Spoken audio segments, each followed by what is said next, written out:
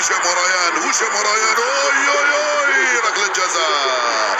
هشام وريان وركلة جزاء. يا سلام، كر وفر. بدأنا بالبداية بشويش طلعنا ودخلنا وتحصلنا على ركلة جزاء يعلن حكم المباراة الغاني دانيال الريي. هاي الإعادة من هشام لريان ايت نوري.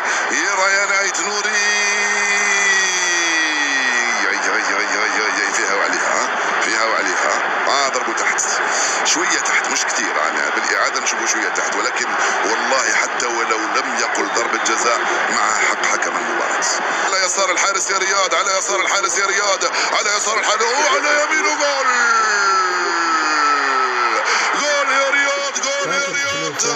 1-0 للخضر يا مجر، 1-0 للمنتخب الجزائري امام بوركينا فاسو من امضاء رياض محرز الذي يسجل 3 اهداف في البطوله. رياض محرز الذي يسجل الهدف التاسع له في نهائيات كاس افريقيا. 1-0 بعد 23 دقيقه لعب للمنتخب الجزائري.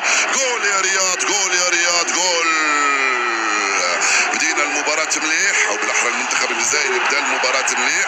هاي شوف الضربة، ضربه صح. شفتوا فيها كثير تفاصيل وجزئيات يشوفوها حكام المباريات. رياض محرز اختار ان ينفذ ركلة الجزاء في الزاوية اللي حبها هو وارادها هو، مش انا. اضربها على يمين الحارس كوفي وجاء الجول الاول للمنتخب.